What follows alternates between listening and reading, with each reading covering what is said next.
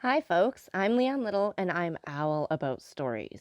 I read them, write them, watch them, anything with a story. I absolutely love it. I especially love sharing them with other people, and what better way is there to start than with the classics? They're classics for a reason, right? They're amazing stories and absolutely timeless. Don't forget to hit up all those fancy buttons like, subscribe, follow, share, whatever you need to do. But most importantly, don't be afraid to reach out. I'd love to connect with you, so feel free to leave comments as you'd like, or you can even follow me over on my Buy Me a Coffee page, leannelittle.com, to message directly. So let's continue on with The Count of Monte Cristo by Alexandre Dumas. Chapter 33, Roman Bandits. The next morning Franz woke first and instantly rang the bell. The sound had not yet died away when Signor Pastrini himself entered. "Well, Excellency," said the landlord triumphantly, and without waiting for Franz to question him. "I feared yesterday, when I would not promise you anything, that you were too late.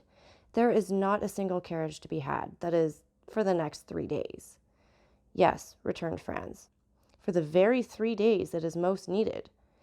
"What is the matter?" said Albert, entering. "No carriage to be had?" "Just so," returned Franz. "You have guessed it." "Well, your eternal city is a nice sort of place." "That is to say, Excellency," replied Pastrini, who was desirous of keeping up the dignity of the capital of the Christian world in the eyes of his guest, "that there are no carriages to be had from Sunday to Tuesday evening, but from now till Sunday you can have 50 if you please." "Ah, that is something," said Albert.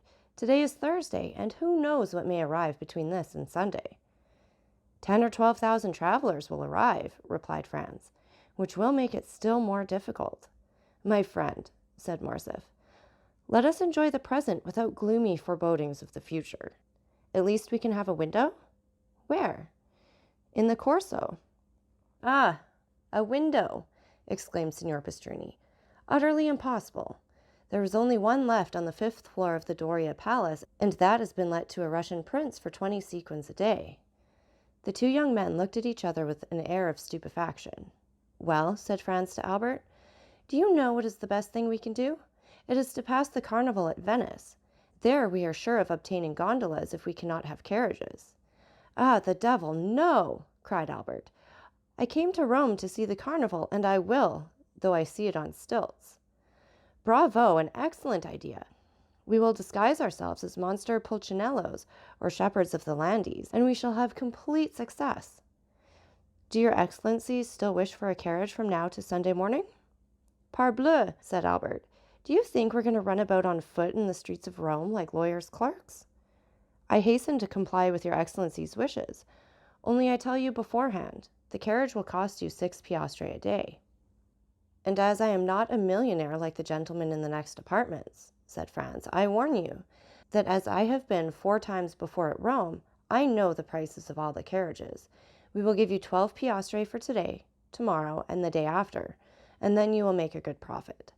"But, Excellency," replied Pastrini, still striving to gain his point. "Now go," returned Franz, "or I shall go myself and bargain with your effettatore, who is mine also. He is an old friend of mine who has plundered me pretty well already, and in the hope of making more out of me, he will take a less price than the one I offer you. You will lose the preference, and that will be your fault." "Do not give yourselves the trouble, Excellency," returned Signor Pastrini with a smile peculiar to the Italian speculator when he confesses defeat. "I will do all I can, and I hope you will be satisfied. And now we understand each other. When do you wish the carriage to be here?" "In an hour." "In an hour it will be at the door." An hour after, the vehicle was at the door. It was a hack conveyance, which was elevated in the rank of a private carriage in honor of the occasion, but, in spite of its humble exterior, the young men would have thought themselves happy to have secured it for the last 3 days of the carnival. "Excellency," cried the cicerone, seeing Franz approach the window, "shall I bring the carriage nearer to the palace?"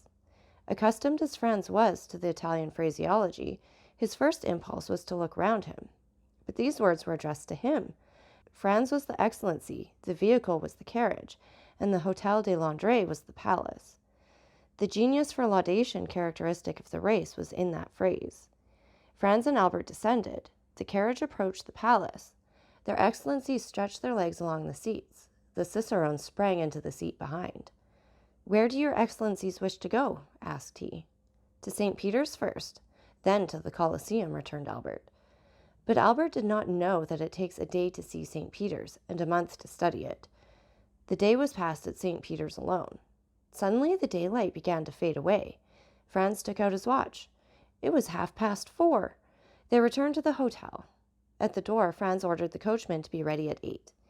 He wished to show Albert the Colosseum by moonlight, as he had shown him St. Peter's by daylight. When we show a friend a city one has already visited, we feel the same pride as when we point out a woman whose lover we have been. He was to leave the city by the Porta del Popolo, skirt the outer wall, and re-enter by the Porto San Giovanni. Thus, they would behold the Colosseum without finding their impressions dulled by first looking on the Capitol, the Forum, the Arch of Septimus Severus, the Temple of Antoninus and Faustina, and the Via Sacra. They sat down to dinner. Signor Pastrini had promised them a banquet. He gave them a tolerable repast. At the end of the dinner he entered in person. Franz thought he came to hear his dinner praised, and began accordingly. But at the first words he was interrupted. "Excellency," said Pastrini, "I am delighted to have for your approbation, but it was not for that I came." "Did you come to tell us you have procured a carriage?" asked Albert, lighting his cigar. "No, and your excellencies will do well not to think of that any longer. At Rome, things can or cannot be done. When you are told anything cannot be done, there is an end of it. It is much more convenient at Paris. When anything cannot be done, you pay double, and it is done directly." "That is what all the French say," returned Signor Pastrini, somewhat piqued. "For that reason, I do not understand why they travel." "But," said Albert, emitting a volume of smoke and balancing his chair on its hind legs, "only madmen or blockheads like us ever do travel. Men in their senses do not quit their hotel in the Rue de Helder, their walk on the Boulevard de Gand, and the Café de Paris." It is, of course, understood that Albert resided in the aforesaid street, appeared every day on the fashionable walk, and dined frequently at the only restaurant where you can really dine, that is, if you are on good terms with its waiters. Signor Pastrini remained silent a short time. It was evident that he was musing over this answer, which did not seem very clear. "But," said Franz, in his turn interrupting his host's meditations, "you had some motive for coming here. May I beg to know what it was?" "Ah, yes. You have ordered your carriage at 8 o'clock precisely." "I have." "You intend on visiting Il Colosseo." "You mean the Colosseum?" "It is the same thing. You have told your coachman to leave the city by the Porta del Popolo, to drive round the walls, and re-enter by the Porta San Giovanni." "These are my words exactly." "Well, this route is impossible." "Impossible?" "Very dangerous, to say the least." "Dangerous? And why?" "On account of the famous Luigi Vampa." "Pray, who may this famous Luigi Vampa be?" inquired Albert. "He may be very famous at Rome, but I can assure you he is quite unknown at Paris." "What? Do you not know him?" "I have not that honor." "You have never heard his name?" "Never." "Well, then, he is a bandit, compared to whom the de Caceres and the Gasperones were mere children." "Now then, Albert," cried Franz, "here is a bandit for you at last." "I forewarn you, Signor Pastrini, that I shall not believe one word of what you are going to tell us. Having told you this, begin. Once upon a time. Well, go on." Signor Pastrini turned towards Franz, who seemed to him the more reasonable of the two. We must do him justice. He had had a great many Frenchmen in his house, but had never been able to comprehend them. "Excellency," he said gravely, addressing Franz, "if you look upon me as a liar, it is useless for me to say anything. It was for your interest "Albert does not say you are a liar, Signor Pastrini," said Franz, "but that he will not believe what you are going to tell us. But I will believe all you say. So, proceed." "But if your excellency doubt my veracity—" "Signor Pastrini," returned Franz, "you are more susceptible than Cassandra, who is a prophetess, and yet no one believed her, while you, at least, are sure of the credence of half your audience. Come, sit down, and tell us all about this Signor Vampa."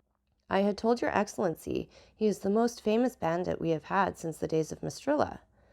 "Well, what has this bandit to do with the order I have given the coachman to leave the city by the Porta del Popolo and re-enter by the Porta San Giovanni?" "This," replied Signor Pastrini, "that you will go out by one, but I very much doubt your returning by the other." "Why?" said Franz. Because after nightfall, you are not safe 50 yards from the gates. On your honor, is that true? Cried Albert. Count, returned Signor Pastrini, hurt at Albert's repeated doubts of the truth of his assertions. I do not say this to you, but to your companion who knows Rome, and knows, too, that these things are not to be laughed at. My dear fellow, said Albert, turning to Franz, here's an admirable adventure. We will fill our carriage with pistols, blunderbusses, and double-barreled guns. Luigi Vampa comes to take us, and we take him. We bring him back to Rome and present him to His Holiness the Pope, who asks how he can repay so great a service. Then we merely ask for a carriage and a pair of horses, and we see the carnival in the carriage, and doubtless the Roman people will crown us at the Capitol, and proclaim us, like Curtius and Horatius Cocles, the preservers of their country. Whilst Albert proposed the scheme, Signor Pastrini's face assumed an expression impossible to describe. And pray, asked Franz, where are these pistols, blunderbusses, and other deadly weapons with which you intend filling the carriage? Not out of my armory, for at Terracina I was plundered even of my hunting knife. And you? I shared the same fate at Acquapendente. Do you know, Signor Pastrini, said Albert, lighting a second cigar at the first, that this practice is very convenient for bandits, and that it seems to be due to an arrangement of their own. Doubtless, Signor Pastrini found this pleasantry compromising, for he only answered half the question, and then he spoke to Franz, as the only one likely to listen with attention. Your Excellency knows that it is not customary to defend yourself when attacked by bandits. What?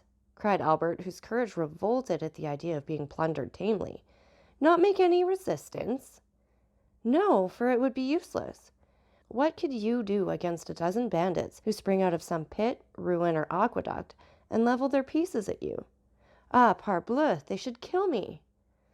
The innkeeper turned to Franz with an air that seemed to say, your friend is decidedly mad. My dear Albert, returned Franz, your answer is sublime and worthy the let him die of Corneille. When Horace made that answer, the safety of Rome was concerned, but as for us, it is only to gratify a whim, and it would be ridiculous to risk our lives for so foolish a motive. Albert poured himself out a glass of Lacrima Christi, which he sipped at intervals, muttering some unintelligible words. Well, Signor Pastrini, said Franz, now that my companion is quieted, and you have seen how peaceful my intentions are, tell me, who is this Luigi Vampa? Is he a shepherd or a nobleman, young or old, tall or short? Describe him in order that, if we meet him by chance, like Jean Bogart or Lara, we may recognize him. You could not apply to anyone better able to inform you on all these points, for I knew him when he was a child, and one day that I fell into his hands, going from Ferentino to Alatri, he, fortunately for me, recollected me, and set me free, not only without ransom, but made me a present of a very splendid watch, and related his history to me. Let us see the watch, said Albert. Signor Pastrini drew from his fob a magnificent breguet, bearing the name of its maker, of Parisian manufacture, and a count's coronet. Here it is, said he. Peste, returned Albert. I compliment you on it. I have its fellow. He took his watch from his waistcoat pocket, and it cost me 3,000 francs. Let us hear the story, said Franz, motioning Signor Pastrini to seat himself. Your Excellencies permit it? asked the host. Pardieu, cried Albert. You are not a preacher to remain standing. The host sat down after having made each of them a respectful bow, which meant that he was ready to tell them all they wished to know concerning Luigi Vampa. You tell me, said Franz at the moment Signor Pastrini was about to open his mouth, that you knew Luigi Vampa when he was a child. He is still a young man, then? A young man? He is only 22. He will gain himself a reputation. What do you think of that, Albert? At 22 to be thus famous? Yes, and at his age, Alexander, Caesar, and Napoleon, who have all made some noise in the world, were quite behind him. So, continued Franz, the hero of this history is only 22? Scarcely so much. Is he tall or short? Of the middle height, about the same stature as His Excellency, returned the host, pointing to Albert. Thanks for the comparison, said Albert with a bow. Go on, Signor Pastrini, continued Franz, smiling at his friend's susceptibility. To what class of society does he belong? He was a shepherd boy attached to the farm of the Count San Felice, situated between Palestrina and the Lake of Gabri. He was born at Pampinara and entered the Count's service when he was 5 years old. His father was also a shepherd, who owned a small flock and lived by the wool and the milk, which he sold at Rome. When quite a child, the little Vampa displayed the most extraordinary precocity. One day, when he was 7 years old, he came to the curate of Palestrina and asked to be taught to read. It was somewhat difficult, for he could not quit his flock, but the good curate went every day to say mass in a little hamlet too poor to pay a priest, and which, having no other name, was called Borgo. He told Luigi that he might meet him on his return, and that then he would give him a lesson, warning him that it would be short, and that he must profit as much as possible by it. The child accepted joyfully. Every day Luigi led his flock to graze on the road that leads from the Palestrina to Borgo. Every day at 9 o'clock in the morning, the priest and the boy sat down on a bank by the wayside, and the little shepherd took his lesson out of the priest's breviary. At the end of 3 months, he had learned to read. This was not enough. He must now learn to write. The priest had a writing teacher at Rome make 3 alphabets, one large, one middling, and one small, and pointed out to him by the help of a sharp instrument he could trace the letters on a slate, and thus learn to write. That same evening, when the flock was safe at the farm, the little Luigi hastened to the smith at Palestrina, took a large nail, heated and sharpened it, and formed a sort of stylus. The next morning he gathered an armful of pieces of slate and began. At the end of 3 months, he had learned to write. The curate, astonished at his quickness and intelligence, made him a present of pens, paper, and a penknife. This demanded new effort, but nothing compared to the first. At the end of a week, he wrote as well with this pen as with the stylus. The curate related the incident to the Count of San Felice, who sent for the little shepherd, made him read and write before him, ordered his attendant to let him eat with the domestics, and to give him 2 piastres a month. With this, Luigi purchased books and pencils. He applied his imitative powers to everything, and like Giotto when young, he drew on his slate sheep, houses, and trees. Then, with his knife, he began to carve all sorts of objects in wood. It was thus that Pinelli, the famous sculptor, had commenced. A girl of 6 or 7, that is, a little younger than Vampa, tended sheep on a farm near Palestrina. She was an orphan, born at Valmontone, and was named Teresa. The 2 children met, sat down near each other, let their flocks mingle together, played, laughed, and conversed together. In the evening, they separated the Count of San Felice's flock from those of Baron Servetri, and the children returned to their respective farms, promising to meet the next morning. The next day, they kept their word, and thus they grew up together. Vampa was 12 and Teresa 11. And yet their natural disposition revealed itself. Beside his taste for the fine arts, which Luigi had carried as far as he could in his solitude, he was given to alternating fits of sadness and enthusiasm, was often angry and capricious, and always sarcastic. None of the lads of Pampinara, Palestrina, or Valmontone had been able to gain any influence over him or even become his companion. His disposition, always inclined to exact concessions rather than to make them, kept him aloof from all friendships. Teresa alone ruled by a look, a word, a gesture.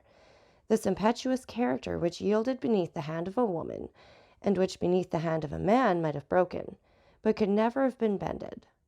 Teresa was lively and gay, but coquettish to excess. The 2 piastres that Luigi received every month from the Count San Felice's steward, and the price of all the little carvings in wood he sold at Rome, were expended in earrings, necklaces, and gold hairpins, so that, thanks to her friend's generosity, Teresa was the most beautiful and best attired peasant near Rome. The 2 children grew up together, passing all their time with each other, and giving themselves up to the wild ideas of their different characters. Thus, in all their dreams, their wishes, and their conversations, Vampa saw himself the captain of a vessel, general of an army, or governor of a province. Teresa saw herself rich, superbly attired, and attended by a train of liveried domestics. Then, when they had thus passed the day in building castles in the air, they separated their flocks and descended from the elevation of their dreams to the reality of their humble position. One day, the young shepherd told the Count's steward that he had seen a wolf come out of the Sabine mountains and prowl around his flock. The steward gave him a gun. This is what Vampa longed for. This gun had an excellent barrel. made at Brescia, and carried a ball with the precision of an English rifle. But one day the Count broke the stock and had then cast the gun aside. This, however, was nothing to a sculptor like Vampa. He examined the broken stock, calculated what change it would require to adapt the gun to his shoulder, and made a fresh stock, so beautifully carved that it would have fetched 15 or 20 piastres had he chosen to sell it. But nothing could be farther from his thoughts. For a long time a gun had been the young man's greatest ambition. In every country where independence has taken the place of liberty, the first desire of a manly heart is to possess a weapon, which at once renders him capable of defense or attack and, by rendering its owner terrible, often makes him feared. From this moment, Vampa devoted all his leisure time to perfecting himself in the use of his precious weapon. He purchased powder and ball, and everything served him for a mark. The trunk of some old and moss-grown olive tree that grew on the Sabine Mountains, the fox as he quitted his earth on some marauding excursion, the eagle that soared above their heads, and thus he soon became so expert that Teresa overcame the terror she had first felt at the report, and amused herself by watching him direct the ball wherever he pleased, with as much accuracy as if he placed it by hand. One evening a wolf emerged from a pine wood near which they were usually stationed, but the wolf had scarcely advanced 10 yards ere he was dead. Proud of this exploit, Vampa took the dead animal on his shoulders and carried him to the farm. These exploits had gained Luigi considerable reputation. The man of superior abilities always finds admirers, go where he will. He was spoken of as the most adroit, the strongest, and the most courageous contadino for 10 leagues around.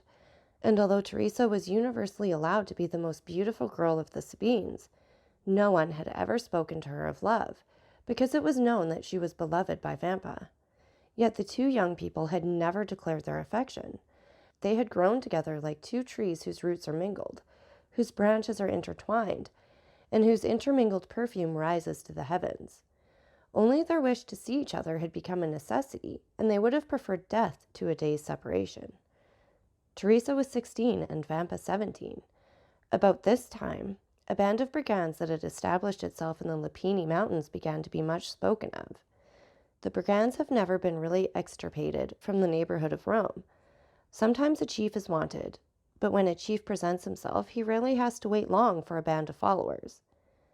The celebrated Cucumetto, pursued in the Abruzzo, driven out of the kingdom of Naples, where he had carried on a regular war, had crossed the Garigliano, like Manfred, and had taken refuge on the banks of the Amasine between San Nino and Juperno. He strove to collect a band of followers and followed the footsteps of De Casseri and Gasparone, whom he hoped to surpass.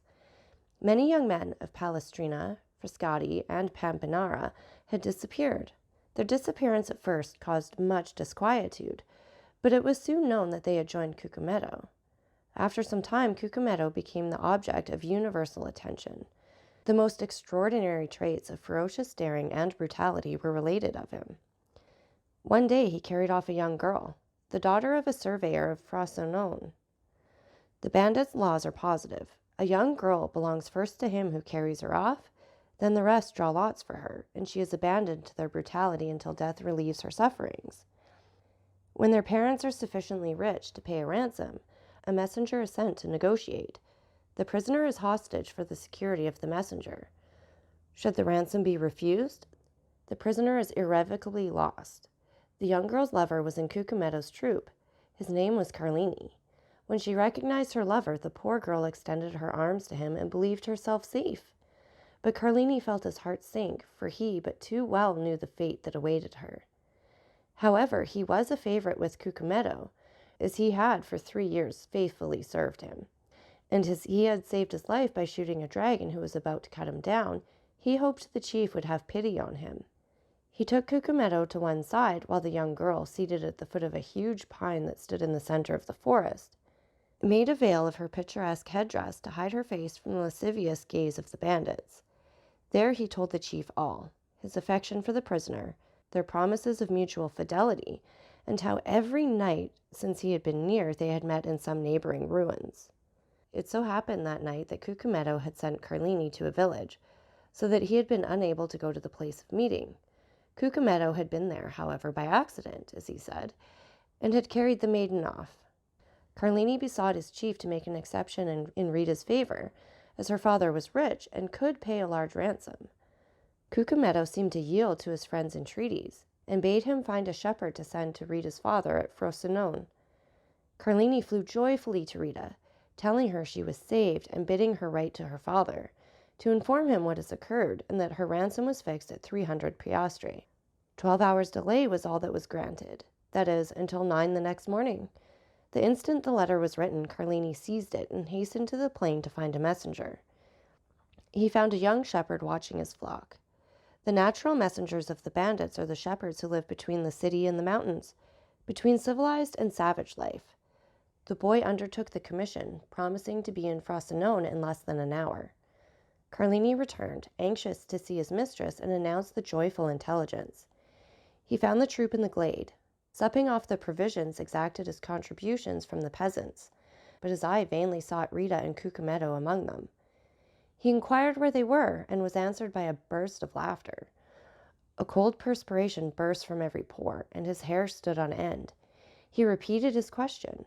One of the bandits rose and offered him a glass filled with Orvieto, saying, "To the health of the brave Cucumetto and the fair Rita." At this moment Carlini heard a woman's cry. He divined the truth, seized the glass, broke it across the face of him who presented it, and rushed toward the spot whence the cry came. After 100 yards he turned the corner of the thicket. He found Rita senseless in the arms of Cucumetto. At the sight of Carlini, Cucumetto rose, a pistol in each hand. The two brigands looked at each other for a moment, the one with a smile of lasciviousness on his lips, the other with the pallor of death on his brow. A terrible battle between the two men seemed imminent, but, by degrees, Carlini's features relaxed. His hand, which had grasped one of the pistols in his belt, fell to his side. Rita lay between them. The moon lighted the group. "Well," said Cucumetto, "have you executed your commission?" "Yes, captain," returned Carlini. "At 9 o'clock tomorrow, Rita's father will be here with the money." "It is well. In the meantime, we will have a merry night. This young girl is charming and does credit to your taste. Now, as I am not egotistical, we will return to our comrades and draw lots for her." "You have determined, then, to abandon her to the common law," said Carlini. "Why should an exception be made in her favor?" "I thought that my entreaties—" "What right have you, any more than the rest, to ask for an exception?" "It is true. But never mind," continued Cucumetto, laughing. "Sooner or later your turn will come." Carlini's teeth clenched convulsively. "Now then," said Cucumetto, advancing toward the other bandits. "Are you coming?" "I follow you." Cucumetto departed without losing sight of Carlini, for doubtless he feared lest he should strike him unawares. But nothing betrayed a hostile design on Carlini's part. He was standing, his arms folded, near Rita, who was still insensible. Cucumetto fancied for a moment the young man was about to take her in his arms and fly. But this mattered little to him now Rita had been his. And for the money, 300 piastre distributed among the band was so small a sum that he cared little about it. He continued to follow the path to the glade, but to his great surprise, Carlini arrived almost as soon as himself. "Let us draw lots! Let us draw lots!" cried all the brigands when they saw the chief. Their demand was fair, and the chief inclined his head in a sign of acquiescence. The eyes of all shone fiercely as they made their demand, and the red light of the fire made them look like demons. The names of all, including Carlini, were placed in a hat, and the youngest of the band drew forth a ticket. The ticket bore the name of Diafolaccio. He was the man who had proposed to Carlini the health of their chief, and to whom Carlini replied by breaking the glass across his face. A large wound, extending from the temple to the mouth, was bleeding profusely. Diafolaccio, seeing himself thus favored by fortune, burst into a loud laugh. "Captain," said he, "just now Carlini would not drink to your health when I proposed it to him. Propose mine to him, and let us see if he will be more condescending to you than to me." Everyone expected an explosion on Carlini's part, but to their great surprise he took a glass in one hand and a flask in the other, and filling it, "Your health, Diafolaccio," he said calmly, and he drank it off, without his hand trembling in the least. Then sitting down by the fire, "My supper," said he. "My expedition has given me an appetite." "Well done, Carlini," cried the brigands. "That is acting like a good fellow. and they all formed a circle round the fire while Diavolaccio disappeared. Carlini ate and drank as if nothing had happened. The bandits looked on with astonishment at this singular conduct until they heard footsteps. They turned round and saw Diavolaccio bearing the young girl in his arms. Her head hung back, her long hair swept to the ground. As they entered the circle, the bandits could perceive, by the firelight, the unearthly pallor of the young girl and of Diavolaccio. This apparition was so strange and so solemn that everyone rose, with the exception of Carlini, who remained seated and ate and drank calmly. Diavolaccio advanced amidst the most profound silence and laid Rita at the captain's feet. Then everyone could understand the cause of the unearthly pallor in the young girl and the bandit. A knife was plunged up to the hilt in Rita's left breast. Everyone looked at Carlini. The sheath at his belt was empty. Ah, said the chief. I now understand why Carlini stayed behind. All savage natures appreciate a desperate deed. No others of the bandits would, perhaps, have done the same, but they all understood what Carlini had done. Now then, cried Carlini, rising in his turn and approaching the corpse, his hand on the butt of one of his pistols. Does anyone dispute the possession of this woman with me? No, returned the chief. She is thine. Carlini raised her in his arms and carried her out of the circle of firelight. Cucumetto placed his sentinels for the night, and the bandits wrapped themselves in their cloaks and lay down before the fire. At midnight, the sentinel gave the alarm, and in an instant all were on the alert. It was Rita's father who brought his daughter's ransom in person. Here, said he to Cucumetto, here are 300 piastre. Give me back my child. But the chief, without taking the money, made a sign to him to follow. The old man obeyed. They both advanced beneath the trees, through whose branches streamed the moonlight. Cucumetto stopped at last and pointed to 2 persons grouped at the foot of a tree. There, said he, demand thy child of Carlini. He will tell thee what has become of her. And he returned to his companions. The old man remained motionless. He felt that some great and unforeseen misfortune hung over his head. At length he advanced toward the group, the meaning of which he could not comprehend. As he approached, Carlini raised his head, and the forms of 2 persons became visible to the old man's eyes. A woman lay on the ground, her head resting on the knees of a man who was seated by her. As he raised his head, the woman's face became visible. The old man recognized his child, and Carlini recognized the old man. I expected thee, said the bandit to Rita's father. Wretch, returned the old man, what hast thou done? And he gazed with terror on Rita, pale and bloody, a knife buried in her bosom. A ray of moonlight poured through the trees and lighted up the face of the dead. Cucumetto had violated thy daughter, said the bandit. I loved her. Therefore I slew her, for she would have served as the sport of the whole band. The old man spoke not, and grew pale as death. Now, continued Carlini, if I have done wrongly, avenge her. And withdrawing the knife from the wound in Rita's bosom, he held it out to the old man with one hand, while with the other he tore open his vest. Thou hast done well, returned the old man in a hoarse voice. Embrace me, my son. Carlini threw himself, sobbing like a child, into the arms of his mistress's father. These were the first tears the man of blood had ever wept. Now, said the old man, aid me to bury my child. Carlini fetched 2 pickaxes, and the father and the lover began to dig at the foot of a huge oak beneath which the young girl was to repose. When the grave was formed, the father embraced her first, and then the lover. Afterwards, one taking the head, the other the feet, they placed her in the grave. Then they knelt on each side of the grave and said the prayers of the dead. Then, when they had finished, they cast the earth over the corpse until the grave was filled. Then, extending his hand, the old man said, I thank you, my son, and now leave me alone. Yet, replied Carlini, leave me alone, I command you. Carlini obeyed, rejoining his comrades, folded himself in his cloak, and soon appeared to sleep as soundly as the rest. It had been resolved the night before to change their encampment. An hour before daybreak, Cucumetto aroused his men and gave the word to march. But Carlini would not quit the forest, not without knowing what had become of Rita's father. He went to the place where he had left him. He found the old man suspended from one of the branches of the oak which shaded his daughter's grave. He then took an oath of bitter vengeance over the dead body of the one and the tomb of the other. But he was unable to complete this oath for 2 days afterwards. In an encounter with the Roman carbineers, Carlini was killed. There was some surprise, however, that as he was with his face to the enemy, he should have received a ball between his shoulders.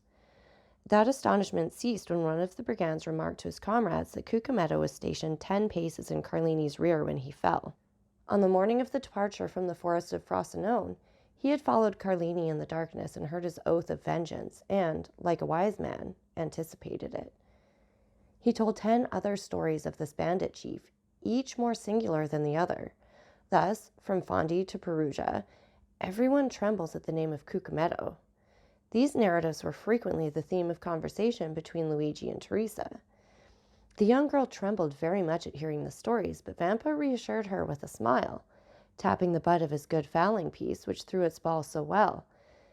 And if that did not restore her courage, he pointed to a crow, perched on some dead branch, took aim, touched the trigger, and the bird fell dead at the foot of the tree. Time passed on, and the 2 young people had agreed to be married when Vampa should be 20 and Teresa 19 years of age. They were both orphans and had only their employer's leave to ask, which had been already sought and obtained. One day, when they were talking over their plans for the future, they heard 2 or 3 reports of firearms, and then suddenly a man came out of the wood, near which the 2 persons used to graze their flocks, and hurried towards them. When he came within hearing, he exclaimed, "I am pursued! Can you conceal me?" They knew full well that this fugitive must be a bandit, but there is an innate sympathy between the Roman brigand and the Roman peasant, and the latter is always ready to aid the former. Vampa, without saying a word, hastened to the stone that closed up the entrance to their grotto, drew it away, and made a sign to the fugitive to take refuge there. In a retreat unknown to everyone, closed the stone upon him, then went and resumed his seat by Teresa. Instantly afterwards, 4 carbineers, on horseback, appeared on the edge of the wood.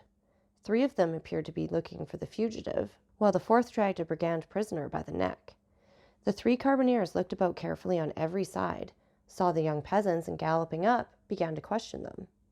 They had seen no one. "That is very annoying," said the brigadier, "for the man we are now looking for is the chief." "Cucumetto?" cried Luigi and Teresa at the same moment. "Yes," replied the brigadier, "and as his head is valued at 1,000 Roman crowns, there would have been 500 for you had you helped us to catch him." The 2 young persons exchanged looks. The brigadier had a moment's hope. 500 Roman crowns are 3,000 lire, and 3,000 lire are a fortune for 2 poor orphans who are going to be married. "Yes, it is very annoying," said Vampa, "but we have not seen him." Then the carbineers scoured the country in different directions, but in vain. Then, after a time, they disappeared. Vampa then removed the stone, and Cucumetto came out. Through the crevices in the granite, he had seen the 2 young peasants talking with the carbineers, and guessed the subject of their parley. He had read in the countenances of Luigi and Teresa their steadfast resolution not to surrender him, and he drew from his pocket a purse full of gold, which he offered to them. But Vampa raised his head proudly. As to Teresa, her eyes sparkled when she thought of all the fine gowns and gay jewelry she could buy with this purse of gold. Cucumetto was a cunning fiend, and had assumed the form of a brigand instead of a serpent, and this look from Teresa showed to him that she was a worthy daughter of Eve, and he returned to the forest, pausing several times on his way under the pretext of saluting his protectors. Several days elapsed, and they neither saw nor heard of Cucumetto. The time of the carnival was at hand. The Count of San Felice announced a grand masked ball, to which all that were distinguished in Rome were invited. Teresa had a great desire to see this ball. Luigi asked permission of his protector, the steward, that she and he might be present amongst the servants of the house. This was granted. The ball was given by the Count for the particular pleasure of his daughter Carmela, whom he adored. Carmela was precisely the age and figure of Teresa, and Teresa was as handsome as Carmela. On the evening of the ball, Teresa was attired in her best, her most brilliant ornaments in her hair, and gayest glass beads. She was in the costume of the women of the Frascati. Luigi wore the very picturesque garb of the Roman peasant at holiday time. They both mingled, as they had leave to do, with the servants and peasants. The festa was magnificent. Not only was the villa brilliantly illuminated, But thousands of colored lanterns were suspended from the trees in the garden, and very soon the palace overflowed to the terraces, and the terraces to the garden walks. At each cross path was an orchestra, and tables spread with refreshments. The guests stopped, formed quadrilles, and danced in any part of the grounds they pleased. Carmela was attired like a woman of Sonino. Her cap was embroidered with pearls, the pins in her hair were of gold and diamonds. Her girdle was of Turkey silk, with large embroidered flowers. Her bodice and skirt were of cashmere, her apron of Indian muslin, and the buttons of her corset were of jewels. Two of her companions were dressed, the one as a woman of Nettuno, and the other as a woman of Lauricia. 4 young men of the richest and noblest families of Rome accompanied them with that Italian freedom which has not its parallel in any other country in the world. They were attired as peasants of Albano, Velletri, Civita Castellana, and Sora. We need hardly add that these peasant costumes, like those of the young women, were brilliant with gold and jewels. Carmela wished to form a quadrille, but there was one lady wanting. Carmela looked all around her, but not one of the guests had a costume similar to her own or those of her companions. The Count of San Felice pointed out Teresa, who was hanging on Luigi's arm in a group of peasants. "Will you allow me, father?" said Carmela. "Certainly," replied the Count. "Are we not in carnival time?" Carmela turned towards the young man who was talking with her, and saying a few words to him, pointed with her finger to Teresa. The young man looked, bowed in obedience, and then went to Teresa and invited her to dance in a quadrille directed by the Count's daughter. Teresa felt a flush pass over her face. She looked at Luigi, who could not refuse his assent. Luigi slowly relinquished Teresa's arm, which he had held beneath his own, and Teresa, accompanied by her elegant cavalier, took her appointed place with much agitation in the aristocratic quadrille. Certainly, in the eyes of an artist, the exact and strict costume of Teresa had a very different character from that of Carmela and her companions. And Teresa was frivolous and coquettish, and thus the embroidery and muslins, the cashmere waist girdles, all dazzled her, and the reflection of sapphires and diamonds almost turned her giddy brain. Luigi felt a sensation hitherto unknown arising in his mind. It was like an acute pain which gnawed at his heart and then thrilled through his whole body.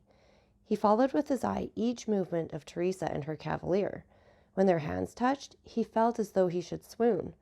Every pulse beat with violence, and it seemed as though a bell were ringing in his ears. When they spoke, although Teresa listened timidly and with downcast eyes to the conversation of her cavalier, as Luigi could read in the ardent looks of the good-looking young man that his language was that of praise, it seemed as if the whole world was turning round with him, and all the voices of hell were whispering in his ears ideas of murder and assassination. Then, fearing that his paroxysm might get the better of him, he clutched with one hand the branch of a tree against which he was leaning, and with the other convulsively grabbed the dagger with a carved handle which was in his belt, and which, unwittingly, he drew from the scabbard from time to time.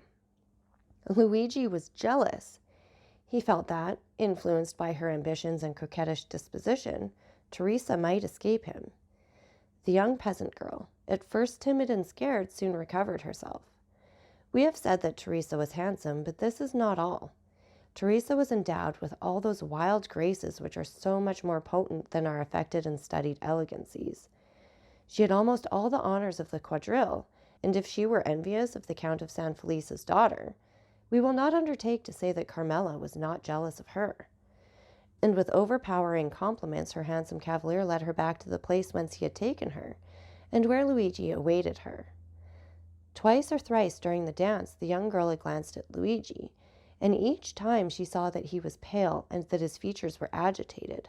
Once even the blade of his knife, half drawn from its sheath, had dazzled her eyes with its sinister glare. Thus it was almost tremblingly that she resumed her lover's arm. The quadrille had been most perfect, and it was evident there was a great demand for a repetition, Carmela alone objecting to it, but the Count of San Felice besought his daughter so earnestly that she acceded. One of the cavaliers then hastened to invite Teresa, without whom it was impossible for the quadrille to be formed, but the young girl had disappeared. The truth was that Luigi had not felt the strength to support another trial, and, half by persuasion and half by force, he had removed Teresa toward another part of the garden. Teresa had yielded in spite of herself, but when she looked at the agitated countenance of the young man, she understood by his silence and trembling voice that something strange was passing within him. She herself was not exempt from internal emotion, and without having done anything wrong, yet fully comprehended that Luigi was right in reproaching her. Why, she did not know, but yet she did not the less feel that these reproaches were merited. However, to Teresa's great astonishment, Luigi remained mute, and not a word escaped his lips the rest of the evening. When the chill of the night had driven away the guests from the gardens, and the gates of the villa were closed on them for the festa indoors, he took Teresa quite away, and as he left her at her home, he said, "Teresa, what were you thinking of as you danced opposite the young Countess of San Felice?" "I thought," replied the young girl with all the frankness of her nature, "that I would give half my life for a costume such as she wore." "And what said your cavalier to you?" "He said it only depended on myself to have it, and I had only one word to say." "He was right," said Luigi. "Do you desire it as ardently as you say?" "Yes." "Well, then, you shall have it." The young girl, much astonished, raised her head to look at him, but his face was so gloomy and terrible that her words froze to her lips. As Luigi spoke thus, he left her. Teresa followed him with her eyes into the darkness as long as she could, and when he had quite disappeared, she went into the house with a sigh. That night a memorable event occurred, due, no doubt, to the imprudence of some servant who had neglected to extinguish the lights. The villa of San Felice took fire in the rooms adjoining the very apartment of the lovely Carmela. Awakened in the night by the light of the flames, she sprang out of bed, wrapped herself in a dressing gown, and attempted to escape by the door. But the corridor by which she had hoped to fly was already a prey to the flames. She then returned to her room, calling for help as loudly as she could, when suddenly her window, which was 20 feet from the ground, was opened, and a young peasant jumped into the chamber, seized her in his arms, and with superhuman skill and strength conveyed her to the turf of the grass plot, where she fainted. When she recovered, her father was by her side. All the servants surrounded her, offering her assistance. The entire wing of the villa burnt down, but what of that as long as Carmela was safe and uninjured? Her preserver was everywhere sought for, but he did not appear. He was inquired after, but no one had seen him. Carmela was greatly troubled that she had not recognized him. As the Count was immensely rich, accepting the danger Carmela had run, and the marvelous manner in which she had escaped, made that appear to him rather a favor of Providence than a real misfortune. The loss occasioned by the conflagration was to him but a trifle. The next day, at the usual hour, the two young peasants were on the borders of the forest. Luigi arrived first. He came toward Teresa in high spirits, and seemed to have completely forgotten the events of the previous evening. The young girl was very pensive, but seeing Luigi so cheerful, she on her part assumed a smiling air which was natural to her when she was not excited or in a passion. Luigi took her arm beneath his own and led her to the door of the grotto. Then he paused. The young girl, perceiving that there was something extraordinary, looked at him steadfastly. "Teresa," said Luigi, "yesterday evening you told me you would give all the world to have a costume similar to that of the Count's daughter." "Yes," replied Teresa with astonishment, "but I was mad to utter such a wish." And I replied, "Very well, you shall have it." "Yes," replied the young girl, whose astonishment increased at every word uttered by Luigi. "But of course your reply was only to please me." "I have promised no more than I have given you, Teresa," said Luigi proudly. "Go into the grotto and dress yourself." At these words he drew away the stone and showed Teresa the grotto, lighted up by 2 wax lights, which burnt on either side of a splendid mirror. On a rustic table made by Luigi were spread out the pearl necklace and the diamond pins, and on a chair at the side was laid the rest of the costume.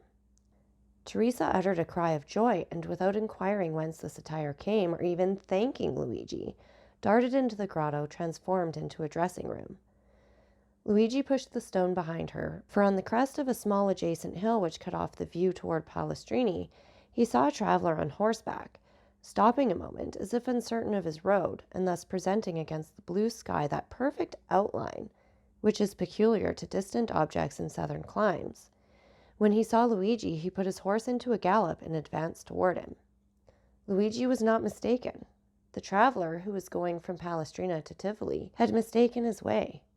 The young man directed him, but as at a distance of 1/4 of a mile, the road again divided into 3 ways, and on reaching these, the traveler might again stray from his route. He begged Luigi to be his guide.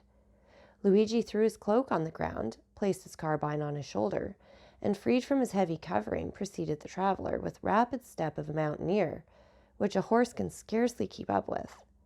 In 10 minutes, Luigi and the traveler reached the crossroads. On arriving there, with an air as majestic as that of an emperor, he stretched his hand towards that one of the roads which the traveler was to follow. "That is your road, Excellency, and now you cannot again mistake. And here is your recompense," said the traveler, offering the young herdsman some small pieces of money. "Thank you," said Luigi, drawing back his hand. "I render a service. I do not sell it." "Well," replied the traveler, who seemed used to this difference between the servility of a man in the cities and the pride of a mountaineer, "if you refuse wages, you will, perhaps, accept a gift." "Ah, yes, that is another thing." "Then," said the traveler, "take these 2 Venetian sequins and give them to your bride, to make herself a pair of earrings." "And then do you take this poniard," said the young herdsman. "You will not find one better carved between Albano and Civita Castellana." "I accept it," answered the traveler, "but then the obligation will be on my side, for this poniard is worth more than 2 sequins. For a dealer, perhaps, but for me, who engraved it myself, it is hardly worth a piastre." "What is your name?" inquired the traveler. "Luigi Vampa," replied the shepherd, with the same air as he would have replied Alexander, king of Macedon. "And yours?" "I," said the traveler, "am called Sinbad the Sailor." Franz d'Epinay started with surprise. "Sinbad the Sailor?" he said. "Yes," replied the narrator. "That was the name which the traveler gave to Vampa as his own." "Well, and what may you have to say against this name?" inquired Albert. "It is a very pretty name, and the adventures of the gentleman of that name amused me very much in my youth, I must confess." Franz said no more.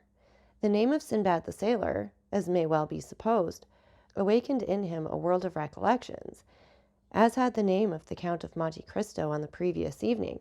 "Proceed," he said to the host. Vampa put the 2 sequins haughtily into his pocket and slowly returned by the way he had gone. As he came within 200 or 300 paces of the grotto, he thought he heard a cry. He listened to know whence the sound could proceed. A moment afterwards, he thought he heard his own name pronounced distinctly. The cry proceeded from the grotto. He bounded like a chamois, cocking his carbine as he went, and in a moment reached the summit of a hill opposite to that on which he had perceived the traveler. 3 cries for help came more distinctly to his ear. He cast his eyes around him and saw a man carrying off Teresa, as Nessus, the centaur, carried Deianira. This man, who was hastening towards the wood, was already 3/4 of the way on the road from the grotto to the forest. Vampa measured the distance. The man was at least 200 paces in advance of him, and there was not a chance of overtaking him. The young shepherd stopped, as if his feet had been rooted to the ground. Then he put the butt of his carbine to his shoulder, took aim at the ravisher, followed him for a second in his track, and then fired. The ravisher stopped suddenly. His knees bent under him, and he fell with Teresa in his arms. The young girl rose instantly, but the man lay on the earth, struggling in the agonies of death. Vampa then rushed towards Teresa. For at least 10 paces from the dying man, her legs had failed her, and she had dropped to her knees, so that the young man feared that the ball that had brought down his enemy had also wounded his betrothed. Fortunately, she was unscathed, and it was fright alone that had overcome Teresa. When Luigi had assured himself that she was safe and unharmed, he turned towards the wounded man. He had just expired with clenched hands, his mouth in a spasm of agony, and his hair on end in the sweat of death. His eyes remained open and menacing. Vampa approached the corpse and recognized Cucumetto. From the day on which the bandit had been saved by the 2 young peasants, he had been enamored of Teresa, and had sworn she would be his.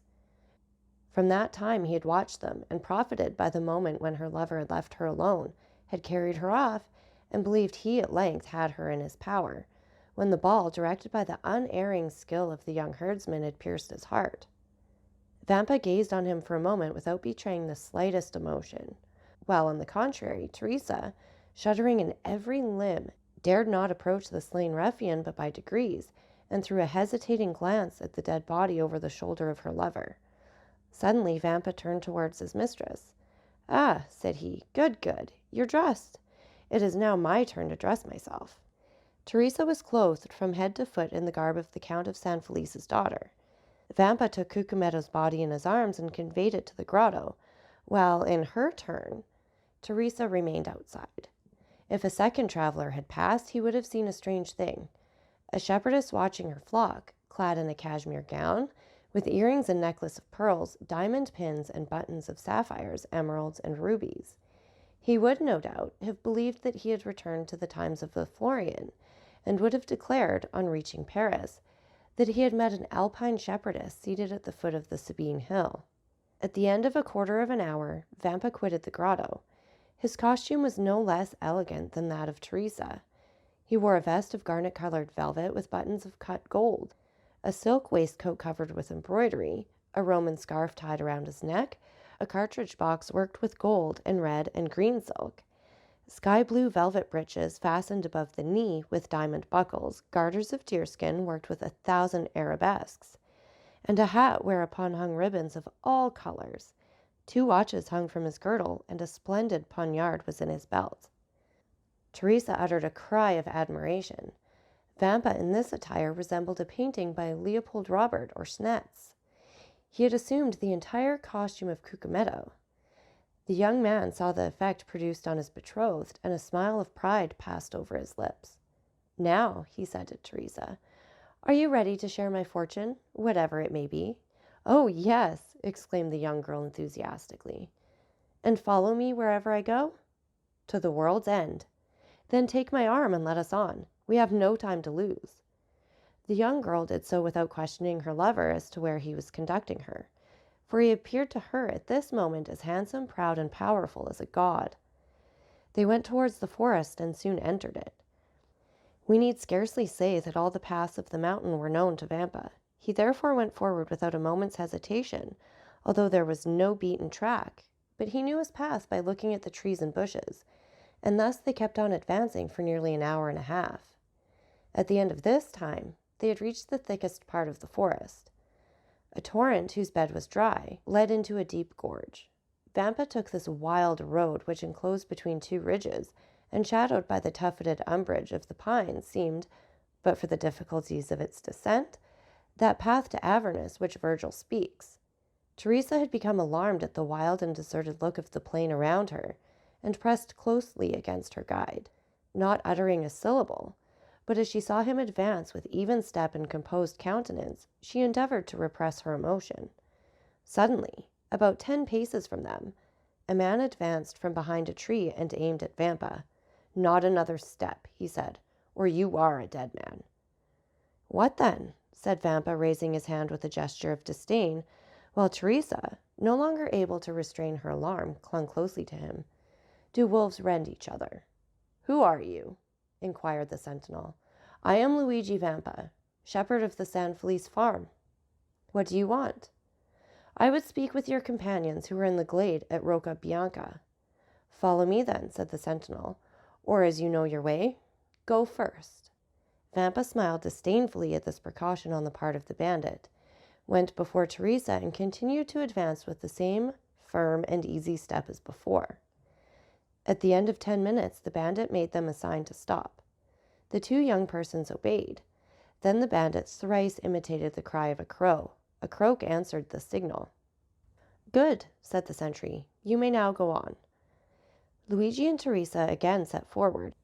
As they went on, Teresa clung tremblingly to her lover at the sight of weapons and the glistening of carbines through the trees. The retreat of Rocca Bianca was at the top of a small mountain, which no doubt in former days had been a volcano, an extinct volcano before the days when Remus and Romulus had deserted Alba to come and found the city of Rome. Teresa and Luigi reached the summit, and all at once found themselves in the presence of 20 bandits. "Here is a young man who seeks and wishes to speak to you," said the sentinel. What has he to say? Inquired the young man who was in command in the chief's absence. I wish to say that I am tired of a shepherd's life, was Vampa's reply. Ah, I understand, said the lieutenant, and you seek admittance into our ranks. Welcome, cried several bandits from Frusino, Pampinara, and Anani, who had recognized Luigi Vampa. Yes, but I came to ask something more than to be your companion. And what may that be? Inquired the bandits with astonishment. I came to ask to be your captain, said the young man. The bandits shouted with laughter. And what have you done to aspire to this honor? Demanded the lieutenant. I have killed your chief, Cucumetto, whose dress I now wear, and I set fire to the Villa San Felice to procure a wedding dress for my betrothed. An hour afterwards, Luigi Vampa was chosen captain, vice Cucumetto deceased. Well, my dear Albert, said Franz, turning towards his friend, what think you of citizen Luigi Vampa? I say he is a myth, replied Albert, and never had an existence. And what may a myth be? Inquired Pastrini. The explanation would be too long, my dear landlord, replied Franz. And you say that Signor Vampa exercises his profession at this moment in the environs of Rome? And with a boldness of which no bandit before him ever gave an example. Then the police have vainly tried to lay hands on him. Why, you see, he has a good understanding with the shepherds in the plains, the fishermen of the Tiber, and the smugglers of the coast. They seek for him in the mountains, and he is on the waters. They follow him on the waters, and he is on the open sea. And then they pursue him, and he has suddenly taken refuge in the islands, at Giglio, Gianutri, or Monte Cristo. And when they hunt for him there, he reappears suddenly at Albano, Tivoli, or Laricia. And how does he behave towards travelers? Alas, his plan is very simple. It depends on the distance he may be from the city, whether he gives 8 hours, 12 hours, or a day wherein to pay their ransom. And when that time is elapsed, he allows another hour's grace. At the 60th minute of this hour, if the money is not forthcoming, he blows out the prisoner's brains with a pistol shot, or plants his dagger in his heart, and that settles the account. Well, Albert, inquired Franz of his companion, are you still disposed to go to the Colosseum by the outer wall? Quite so, said Albert, if the way be picturesque. The clock struck 9 as the door opened and a coachman appeared. Excellencies, said he, the coach is ready. Well then, said Franz, let us to the Colosseum. By the Porta del Popolo or by the streets, your excellencies? By the streets, morbleu, by the streets, cried Franz. Ah, my dear fellow, said Albert, rising and lighting his third cigar, really, I thought you had more courage. So saying, the two young men went down the staircase and got into the carriage. So that's it for this chapter. And again, take a minute to like, subscribe, and share. And don't forget that I love hearing from all of you. So please leave any comments you'd like, or you can follow me over on my Buy Me a Coffee page, leannelittle.com. That's LIANELITTLE.com. And thank you so much for listening. Remember, it's Owl about the story. Have a great day.